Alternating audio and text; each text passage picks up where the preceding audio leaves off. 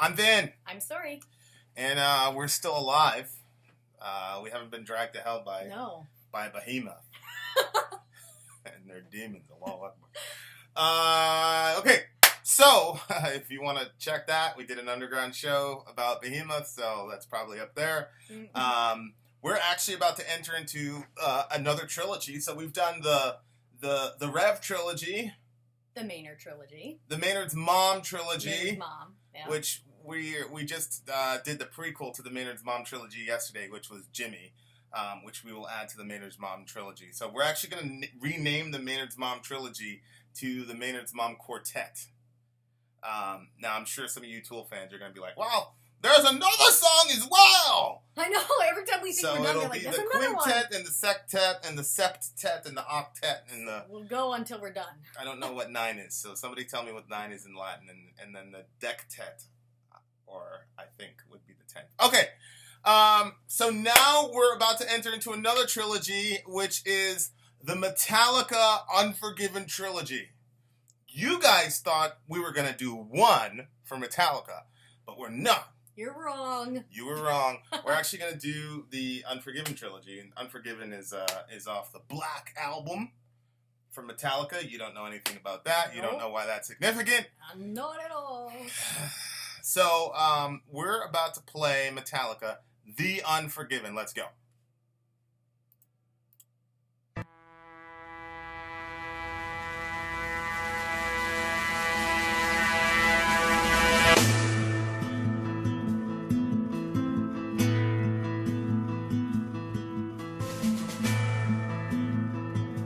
This is your type of jam.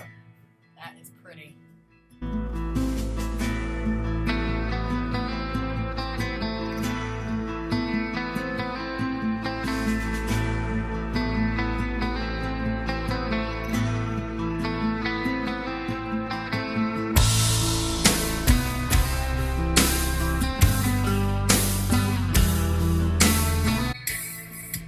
Like this. So you get your lighter. Yeah.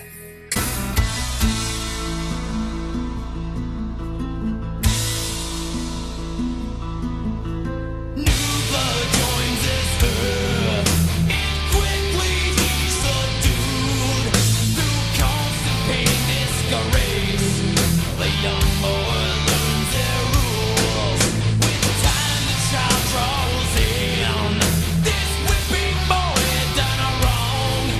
Deep pride.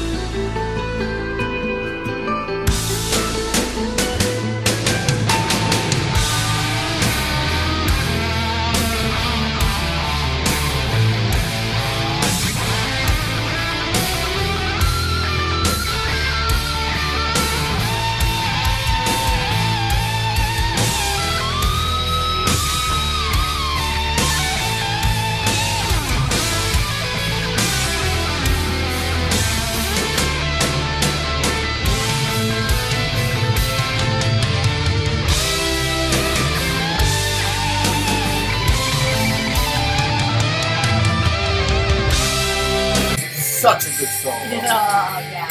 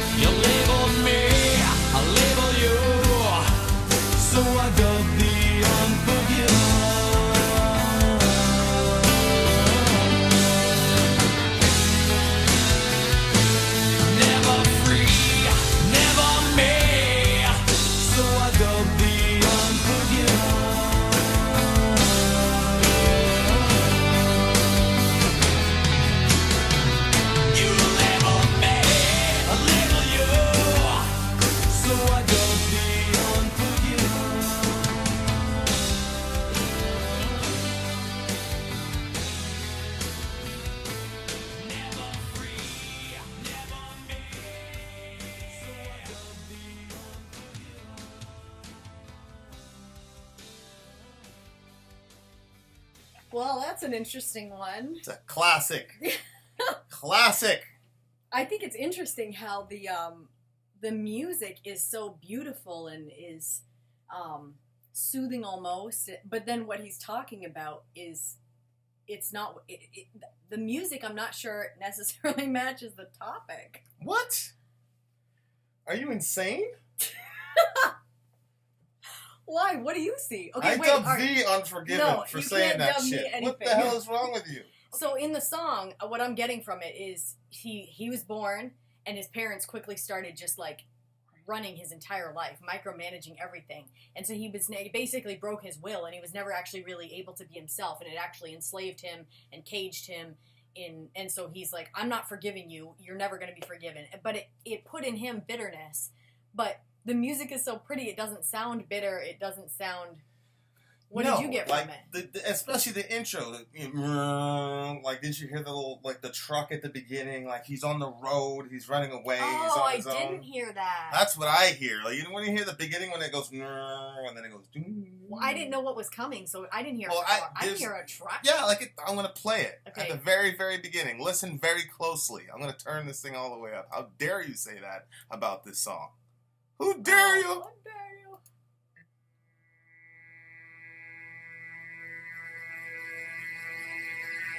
Is it kind of like a truck? Like a truck is driving by or a boat? No, like that intro, like I feel like you just see this kid with his backpack and he's walking down an Arizona road and, you know, it's all hot in the little, you know, the heat thing in the distance, and then there's a truck that drives by and then he jumps in the car. What's wrong with you? I just don't think that it sounds like what he's talking about doesn't sound like you know what? The music didn't sound angry or bitter. Well, it's not an angry song.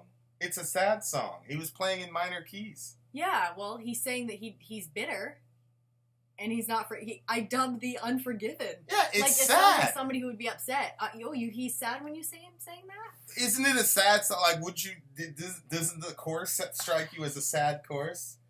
Never free, never me. So I dubbed it's not supposed to be like a... I guess maybe I'm reading myself into the situation. What do you mean? Well... Because you want this subject matter, but you want it angry.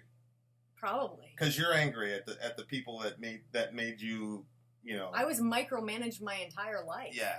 And people would say, we're not trying to break your will. I'm like, well, what the hell? Yeah, they were trying to break your will. Watch out. So you're...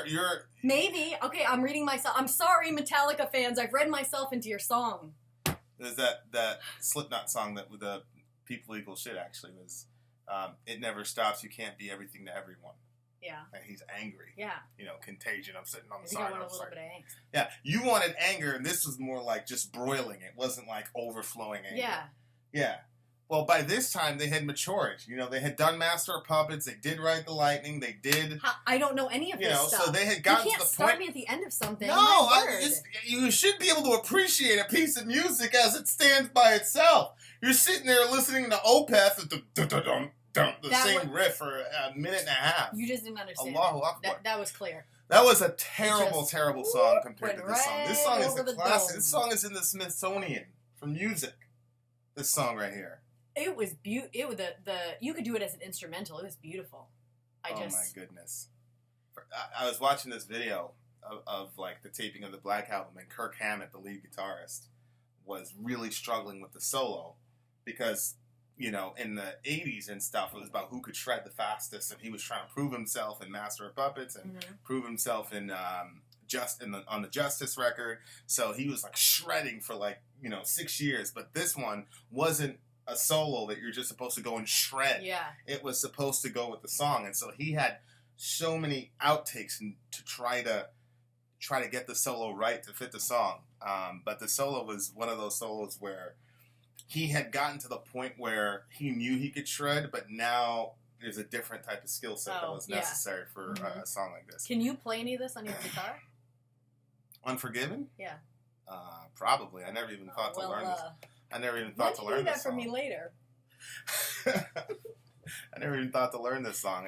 Apparently it's trash, according to you. No, I didn't say it was trash. I just thought that Let's go into the lyrics. You didn't... Whatever. Okay, go ahead. This is blasphemy. I don't want the earth to open up and swallow you alive. No, I already said I read myself into the situation. Are you not listening to me? What part of yourself did you read into the situation? So you're saying anytime he talks about like being conformed to a certain standard, they're only supposed to be angry. No, I said that I'm still angry about it. So then I feel like that he should have been angry, and I didn't realize he had matured, and I haven't. You know, most anger is rooted in sadness, but anger. Well, yeah, you don't want to be sad. So anger seems to be a more masculine or proactive, powerful emotion. Yeah, and so people convert sadness into anger. Mm-hmm. So really, this is a very mature, self-aware guy saying, "This made me sad." Right? And I think part of growth is to say, I'm a big you gotta be, it made you sad that people were trying to strip the soul out of you. Yeah, well, I think I've been mad about it for so long that I don't realize that it made me sad. Well, yeah, the only way to fight back to that stuff is to be angry, which is early Metallica, right? I don't know, you're saying right, I've never heard a Metallica song. I think let me tell you this, once somebody tried to show me some Metallica, and the thing is, I didn't give any of this music a chance. You thought it was devil music? No, I just didn't give it a chance. You're the only one that made me actually stop and consider, and I'm so glad that you did. I'm going to be shooting a course on how to snag a pretty girl. I actually am. Oh my gosh, that was Sign up fun. On Patreon. Okay, okay, so can we go into the actual lyrics, please? Yes, I'm ready. Before you criticize this brilliant piece of music? Allahu Akbar. Okay, so what did you get from it? I already said he was born, and he was born right into the struggle from day one, and they micromanaged him his entire life, and he's still bitter about it, but apparently he's not angry, he's just sad about it. Well, I think like some of this is... A tired man... They see no longer cares. Yeah. I think some of this is like a precautionary tale to himself, because the old man then prepares to die regretfully. The old man here is me. Didn't see that part. And you're too busy worrying about the musicianship. So, right there, it says, the old man then prepares to die regretfully. That old man here is me. No, I think you're right. Seeing that, it's a precautionary tale to himself. Yep. Yeah, like if he's basically saying like, I gotta find a way to reconcile myself with this stuff, because if I don't find peace in it, I'm gonna die regretfully and full of. He doesn't say bitterly. Right. He says regretfully. Well, yeah. Which is different. Yeah. That's different than being a bitter person. Because when you're an angry person, you're gonna do and say and react to things differently than you were if you were just sad about something. So if you're angry, like there's things that he's going to do or say, and he'll regret those things. Is that what you're thinking? Well, yeah, I think. I mean, the song is about, I think, being his unforgiveness toward his parents, Because I think you're right. He was born right into it. And probably the church, because he grew up in a church? Yeah, his mom actually died. Mom actually died. They were in like some Christian Science. Metallica fans, help me out. But they were in like some Christian Science church and she was sick and they went to take her to the hospital or something like that. She died. So he wrote this song called... You know what? People don't realize that the reason that God gave us the minds to be able to create medicine and hospitals is so we can use it, not so we can say, God, we're going to... You remember that story about, this guy stranded on a island and like he's like praying, God help me, and a boat comes by and the man's like, hop in. He's going, oh no, I'm waiting for God to save me. And the boat goes off and then a helicopter comes by. They're like, climb up the rope. He's like, no, I'm waiting for God to save me. And he ends up dying on the island and then he talks to God and he's like, why didn't you save me? And God's like, I sent a boat, I sent a plane, you didn't take anything. So the hospitals are there for a reason, people. I sent the doctor. Yeah, it's unbelievable. The Greek word for healer is basically doctor, physician. So, I mean, you're supposed to see a doctor. Anyway, that's a side conversation. But, or the crazy people let snakes bite them and stuff like that. They let... Yeah, they'll these churches where they'll let snakes... Stop it. Wallahi! I'll show you after this is done. They'll let snakes bite them. Are you serious? They're called snake handlers. I'm serious. And it shows how much... Yeah, a lot of them die. They die every year. Every year. That's a bonus. Let's go back to the Unforgiven. Oh my gosh. I can't believe you didn't know that. No, I didn't know. That was embarrassing. You should be laughing at that. It's terrible. It's embarrassing. If I was God, I'd just come in. Just come inside. Come home. You gotta go. Okay. But so I think he's unforgiving his parents. Yeah. And then probably their little subculture. And then just the larger society. Yeah. He's got this unforgiveness toward all of us. Because they all influence parents. The church, the society influences the parents. I think it's even bigger than his parents, though, because even when you strike out on your own and you join your own subculture, there's still rules you have to follow. True. Yeah. You know what I mean?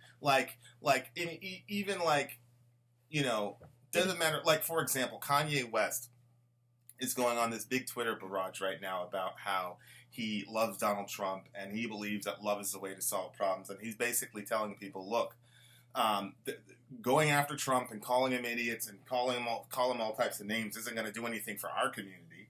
So let's show the guy some love. So Kanye is wearing a "Make America Great Again" hat or something like that, right?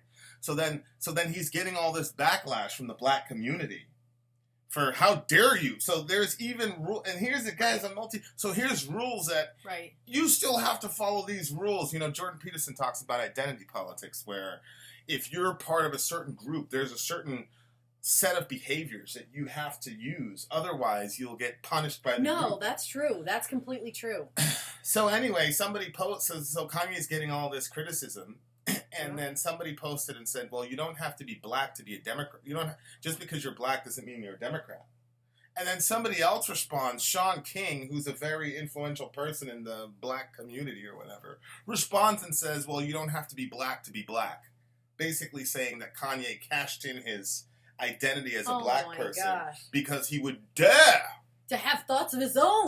That's exactly right. You know what I mean? It's like yesterday, like we listened to the HEMA song and we could say the metal and the lyricism was freaking phenomenal. Poetry and everything, yeah. But what would happen if, a couple Christians ran, oh, you said something nice about Behemoth. Like, think about it. What would happen? You see what I'm saying? So, like... They'd probably pray over you. They'd pray over me. Something's not right with the man's head. So I think every subculture does this. Like, there are certain easy ones you can point out and go, oh, the church, absolutely, right? But every subculture. Oh my gosh, you're right, though. Yeah, the church is particularly pointed out, but you're right, every subculture has it. Yeah. If you want to be intellectually lazy and blame the church for that, sure. I mean, it's low-hanging fruit. But every subculture has a set of rules. Even anarchists. This is the irony, right? Like, that's so crazy. Anarchists. If you were to sit in an anarchist club and say, I personally like some structure, they boot you out of there. Mm-hmm. Like and you're gonna notice this in Grapes of Wrath if you continue reading it again. The larger society has a slur for all these poor people that are living in Hoovervilles. So when he talks about you label me, I label you. Mm-hmm. That's one of the easiest ways to control people and control their behavior. Yeah. Is to label them. Right. Right? And so... well, yeah, because once they're labeled in a negative light, you no longer have to feel like you have to listen to what they have to say. Oh, they're crazy. Oh, okay, well, we don't have to... You know, like, sometimes, like, you'll see, like, on different movies or whatever, and somebody's, like, in an insane asylum or something like that. I don't know what they call them now, but... And they're like, the person is actually saying stuff that people should listen to them. Yeah. But, they're in there, so they're insane, so nobody's going to listen to what they have to say. Yeah, And you're like, are you not... Yeah. But they're there, so... Yeah. There's this guy, Graham Hancock, and he's got these really strange ideas about Egypt. Well, not strange, but contra-narrative understandings about Egyptology. But he also does a lot of DMT. So he has nothing that he can say. He's a druggie. Yep. And you know what? Honestly, that is why the term nigger does not offend me. And my reasoning is every society or every culture or subculture comes up with a term to dehumanize the other, mm-hmm. and to so that, you know, Hetfield said, you label me, I label you, right? And so, like, Hillary gets up there and she goes, oh, all the Trump supporters are a basket of deplorables, you know, because they didn't conform to her worldview. Here are these, you know, poor people out in middle America in freaking Nebraska getting worked by TPP and all these other things that are happening, and they're looking at Trump as some sort of savior. And instead of, like, trying to understand them, she just says, oh, they're a basket of deplorables. Jeez. And then on the other side, you got the Trump folks talking about, oh, these are illegals. You know, like you strip the person's identity down to some one little label so that you can dehumanize them and dismiss them. Treat them however you want to. Yeah, and so then if you were in the Hillary camp and you were to say, oh, I don't know if we should say that about these poor people, calling them a basket of deplorables. Then you're like, oh, what's wrong with you? You know, yeah. Kanye, you're not black. So all of us do this. Yeah. And I think I love the self-awareness. This song, to me, demonstrates amazing maturity because he says, you label me, I label you. At the end of the song. I didn't see that part either. Yeah. You label me, I label you. Oh, no, I did see that. But yeah. I thought that it was, you label me as in, like, you're not following what we're trying to do. You're this, you're that, all these negative things. And I'm going to label you that you're just unforgiven and you're worthless to me. Yeah. I guess I did kind of understand that. Yeah. Oh, and he says, I dubbed the Unforgiven, which the name of the song is the, THE, Unforgiven. Yeah. but then he says, I dubbed the THEE Unforgiven. It's a cool play on words. The guy's a genius. So we're all labeling each other so that we can other one another, so that we can not listen to each other, so that we can force each other to conform. I think that there's another thing that, like, a lot of us do, myself included, is that what we end up doing is, see, at the end, he says, never free, never me. So I'm going to dub you Unforgiven. So instead of saying, wait a minute, no, I'm still going to be me, and I'm going to find my freedom, like, apart from what you've labeled me and apart from all that, like, you can't find freedom if you're always finding your problems in somebody else. If your parents are the genesis of your issues, or, you know, all these different things, your upbringing, your friends, you're this, you're that, but you're never just owning it and just saying, okay, shit happened to me, I'm moving forward in my life, or just saying, you know what, when you become a parent, you start doing things that you're like, gosh, I hope my kids are okay with this, and this is, you know what I mean? Like, you're doing your best. You're trying to, I know that not all parents are doing their best. I think that some parents don't care about ruining their children's lives, but I think that, you know, part of it is just moving forward and not, because he's saying it. He's never free and he's never himself. Whoa. That's a mind-blowing moment. That's true, because as long as you're holding on to that unforgiveness, then it controls you. You don't have enough space to actually know who you actually are. No. Because then you end up doing, oh, I'm not going to do that because that's what my dad would have done. Right? Because you don't want to, even though it makes sense, or if you're holding on to that unforgiveness, that's a point of the week. Bang, good job, babe. You just traumatized me and probably saved my soul. Okay, so yeah, I'm thinking about this out loud right now. So, like, the more unforgiveness you hold on to those people, then the more difficult it becomes to find yourself, because you can't find the human commonality that you have with yourself and the oppressor And if you can't find that, then you can't really be yourself. Mm-hmm. Because at the end of the day, we're all human beings, right? So if you so if like you end up liking like pepperoni pizza, this is a dumb example. You like pepperoni pizza, and you're like, fuck that, I'm not going to eat the pepperoni pizza because, the guy that hurt me, the guy that made me conform made me eat pepperoni pizza. Yeah. So now, do you know what you even like to eat? Right. Like, seriously, like, do you know anything about who you actually are if you're basing your entire life on nonconformity? Right. Like, if you base your entire life on saying, screw society, I'm going to do my own thing, blah, blah, blah, that's a form of conformity because there are subcultures for that. Right. So how do you actually find your own identity? That's such a brilliant point. Never free, never me. That's true. And his solution is to dub the person Unforgiven, but that's not the solution. No. Which is crazy because that just locks him into the whole, you can't. You're not going to be free now. Right. So the real answer is to forgive, right? Mm-hmm. Which is so interesting when you think about our perspective on things, right? Which is forgiveness and sacrifice is such a big centerpiece of how, our lives and the meta-narrative that we're a part of, right? Our meta-narrative is that everybody sucks, everybody did wrong, and that there has to be some sort of painful sacrifice in order to attain forgiveness. Mm-hmm. So that's such an interesting line, the song about Unforgiven. Okay, so there's some cultural commentary for me. And by the way, like, I'm not like a major fan of Trump, but I don't hate him either. I think what's happening with North Korea is awesome.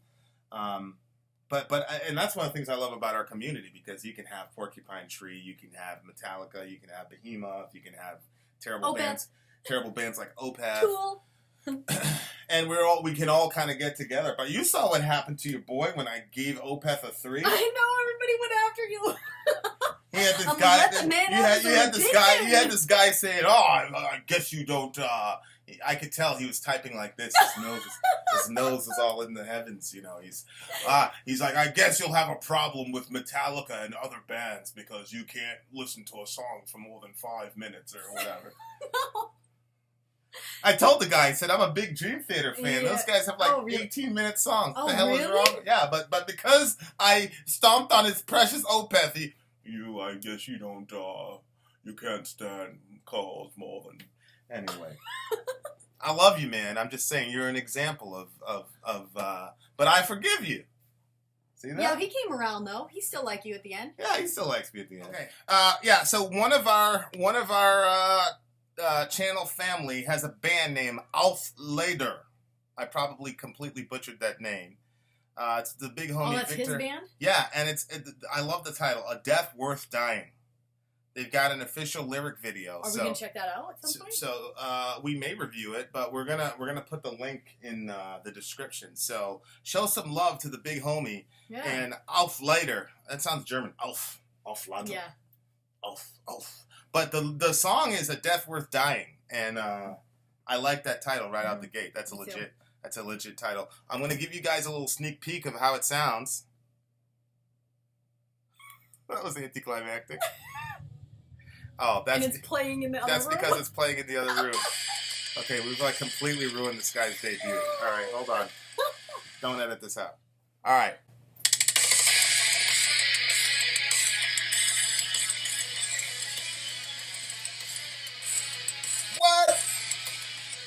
Hey! That's legit. That is legit. That's what's up. Yeah. That's what's up. So, okay. So, please check that out. Support our people. Last thing I'll say is that if you have a band or if you have a local band that you want us to shout out on the show or whatever, we do have a systematic way of making that happen. Okay? So we will be shooting a video about that very, very, very soon. We're, like you guys know, we're going full bore on this thing. So we're going to be shooting an update about how you can help us get to where we need to get to. But I love you guys for sure. And shout out to Victor Von Doom, man. That's legit. Tell me you're the guitarist on that thing. Rate this song. Rate this classic song that's in the Smithsonian. 8. Well, I'm happy for you. 9.5. This is a 9.5 for me. I give the 9.5. The music, I would go with a 9.5. Music. The music, I would give 9.5. But there wasn't enough poetry in the lyrics for me, so that was where the points went down. Well, yeah, if you compare it to Behemoth or Dating Filth, he's not lyrically there. Right. Right? But who is? Who do you know that's lyrically at those guys' level? I think pretty much like, I think a lot of the songs we've listened to have had some elements of poetry in it. At that level? No, it doesn't have to be at that level, but I didn't really see I didn't even see anything that I was like, whoa, that's poetic. There's nothing ironic. Nothing there are not hit a lot my of, heart. There's except not for frustration. Yeah. And made me realize I have forgiveness issues. I could have told you that, babe. But then I'd be mad at you. And dub you. I'm just kidding. Maybe. I don't know. Okay, moving right along. Okay, okay, so it's 9.5 for me. I agree. Lyrically, I wish, there would have been a little bit more irony. Mm-hmm. I wish there would have been, whatever. But, I mean, it's James Hetfield. But 9.5 for me, 8 for you. Thank you, guys. Thank you very much. Check out Offlander. Vin out. Sori out. Gone.